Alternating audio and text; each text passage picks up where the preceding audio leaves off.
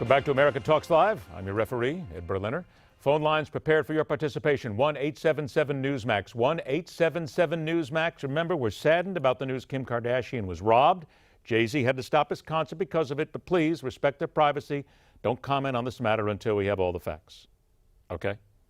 1-877-Newsmax. The Holy Father once again embroiled in American politics, whether he likes it or not. Whether Donald Trump likes it or not, his taxes will remain top of the news pile for many days. And thanks to tweets about beauty queens and who cheats on whom, we're missing the bigger picture yet again. That of the killers who have changed their modus operandi in recent weeks and are dishing out their brutal version of terror at the ground level, where more innocents are paying an even deadlier price. Back to it here on America's Talk Live. Once again, don't forget your comments on the subjects we're discussing. 1-877-Newsmax.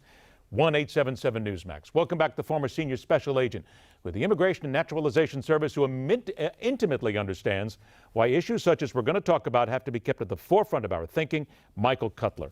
Michael, always a pleasure, my friend. Thanks for joining us. Let's go ahead and get to work here. Thanks for having me. We are talking about so much in the front pages these days. We're talking about taxes, billions of dollars.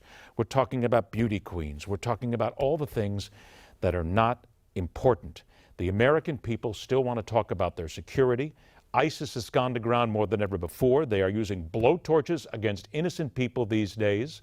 They are still working. They're changing what they do. Is it not fair to say Donald Trump got to where he is today talking about security of this nation? It's what sits on people's forefronts of their thinking every day. He's got to get back to it, hammer away on it. We've got to bring this back to the front pages because we're missing what's happening around the world and could happen to America. Absolutely, and has happened to America. And you know, we have to understand, first of all, these other stories are distractions. The other thing that I think is important to make certain that your viewers understand is that we're being lied to left, right, and center. When they conduct those polls and the polls say, well, people are only a little bit concerned about immigration. Immigration is a major factor in just about every challenge and threat that we face, particularly where crime and the threat of terrorism are concerned. And when we hear this nonsense about the Latino voter, Americans are Americans. It's frankly a matter of bigotry to think that someone whose last name is Rodriguez wants something different from some guy's name who has the last name of Smith. As Americans, we want the military to keep our enemy as far from us as possible. We want law enforcement to keep our communities safe. We want our schools to educate our kids, and we want to know that if we work hard and study hard, anybody, irrespective of race, religion, ethnicity, or gender, can write the next success story. And with all the threats that we face, we just had, San Bernardino, the Boston Marathon bombing. We've had other terrorist attacks. These people didn't run the Mexican border. The Mexican border, make no mistake about it, must be made secure. But the border by itself won't do anything if we don't look at immigration as a failed system. We just naturalized over 800 aliens from terrorist-sponsoring countries who should have been deported. And so you've got Hillary Clinton saying, hey, the solution to illegal immigration is to make everybody who's illegal, legal, and now we no longer have a problem. That's like saying, let's get rid of crime by declaring all acts to be no longer violations of law. This is anarchy. And our immigration laws and our borders are our first and last line of defense against terrorists. I provided testimony to the 9/11 Commission. I've been before a bunch of congressional hearings. I've arrested terrorists as an immigration agent. And what I'm sure most of your viewers don't know is that the second largest contingent of agents who are assigned to the Joint Terrorism Task Force are immigration agents.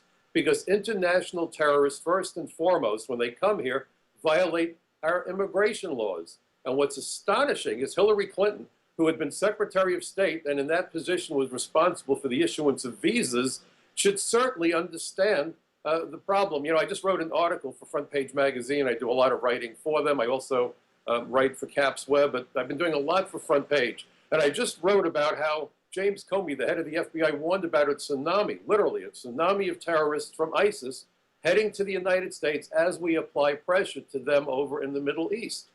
And I only wish that Donald Trump, during the debate, when Hillary, with all that smugness, said to Donald Trump, I've been preparing for the debate and I've been preparing for the presidency, he should have asked her if that preparation included reviewing the 9/11 Commission report. What do you think of that? 1-877 Newsmax. 1-877 Newsmax.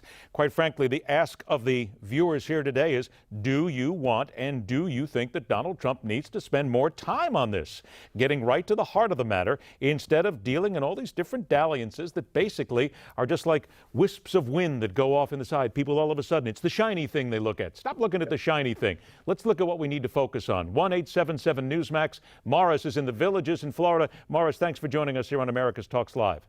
It's a pleasure to join you, and my position is that with these people coming out of Syria, there's plenty of land right there in the region of the so-called Middle East, closer to their own culture.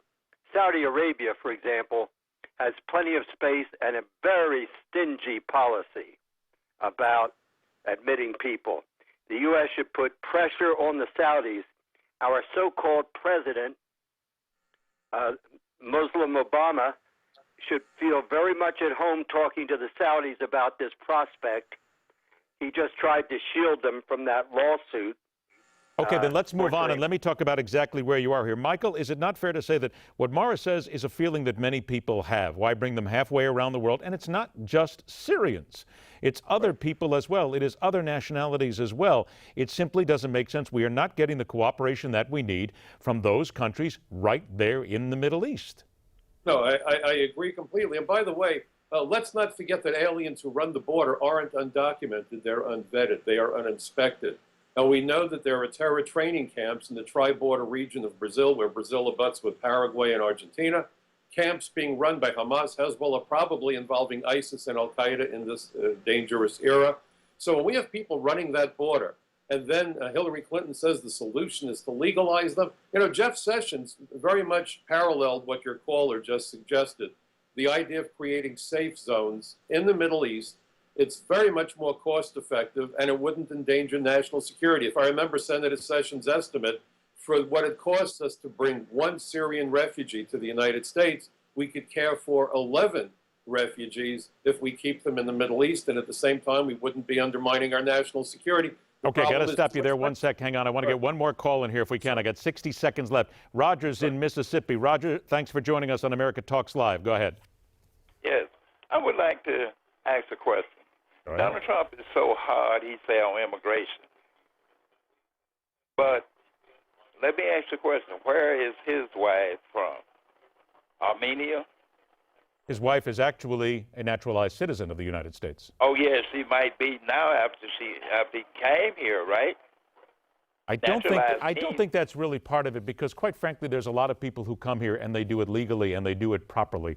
So I don't think that's really part of the discussion that we're having, but we do thank you very much for your call. Michael, I only got about 30 seconds left here. Do you think Donald Trump is disciplined enough to start hammering back on this and get away from all the nonsense?